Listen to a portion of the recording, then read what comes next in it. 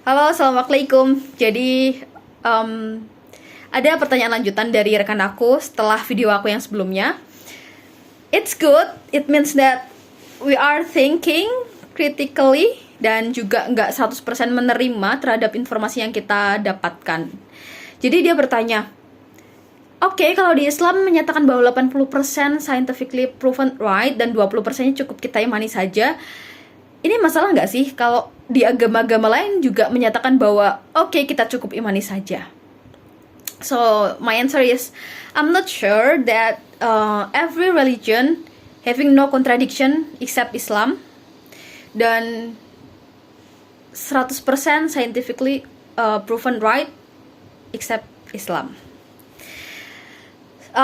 The second question what he asked me about is, oke, kalau misalkan di case-nya kedokteran, kita butuh datang ke dokter untuk kita sembuh, kita pilih satu dokter dan kita ikuti nasihat beliau. Tapi kalau di kehidupan, kenapa sih kita perlu pilih satu agama gitu? It's so interesting. The question is so interesting. So, ini mengantarkan aku ke pencarian juga terkait jawaban dari pertanyaan tersebut. Dan pencarian itu mengantarkan aku kepada sebuah video dari Dr. Zakir Naik. Di situ ada penanya yang menanyakan, kenapa sih kita harus beragama? Jadi Dr. Zakir Naik menjelaskan terkait definisi agama di Kamus Oxford, menjelaskan agama di dalam bahasa Arab. Di bahasa Arab, agama itu artinya dalam bahasa Arab agama itu din. Din itu adalah the way of life. So, kalau the way of my life berusaha untuk mengikuti Al-Quran dan mengikuti the way Rasulullah life, right? Berusaha untuk tidur hadap sebelah kanan, berusaha untuk masuk kamar mandi kaki kiri dulu, berusaha untuk makan pakai tangan kanan, berusaha untuk menggunakan hijab, berusaha untuk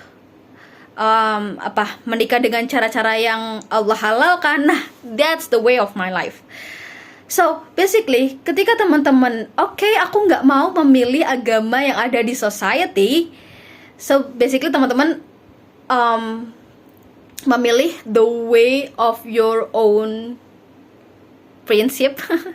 Jadi teman-teman memilih agama teman-teman sendiri dengan prinsip teman-teman. Oke, contohnya, aku berprinsip bahwa the way of my life, aku memperbolehkan diriku untuk menikah dengan sesama jenis. The way of my life, aku memperbolehkan diriku untuk scrolling all day, all night gitu. Aku memperbolehkan diriku untuk makan babi. Aku memperbolehkan diriku untuk apapun itu gitu ya. Nah, so basically teman-teman choosing your own din. Oke. Nah, pertanyaannya adalah the next discussion. Jadi kita udah sepakat nih bahwa benda yang paling rumit adalah manusia. Udah kita bahas di video sebelumnya. Kalau misalkan HP yang tidak serumit manusia, itu ada buku panduannya. The creator of phone creating book guidance untuk memandu kita cara menggunakan HP, cara mengoperasikan, apa yang boleh dilakukan, apa yang nggak boleh dilakukan, HP-nya nggak boleh kena air, HP-nya nggak boleh dibanting, HP-nya nggak boleh dibakar dan sebagainya. Nah, itu aja ada buku panduannya. Nah, gimana dengan manusia? Tentu saja, our creator already given the book. Nah, banyak banget nih book. Jadi setiap agama ada booknya nih, ada book kitabnya.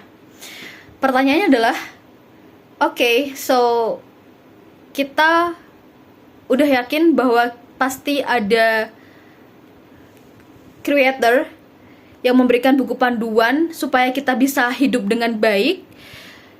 Nah, pertanyaannya adalah buku mana yang perlu kita ikuti, ya kan? seperti yang aku sudah sampaikan dengan analogi kedokteran, ya tugas kita adalah mencari dokter mana yang perlu kita ikuti gitu kan ya. So, kalau teman-teman berarti di dalam kehidupan teman-teman harus memikirkan Tuhan mana yang perlu teman-teman ikuti. Kalau kriteria minimal yang aku tetapkan adalah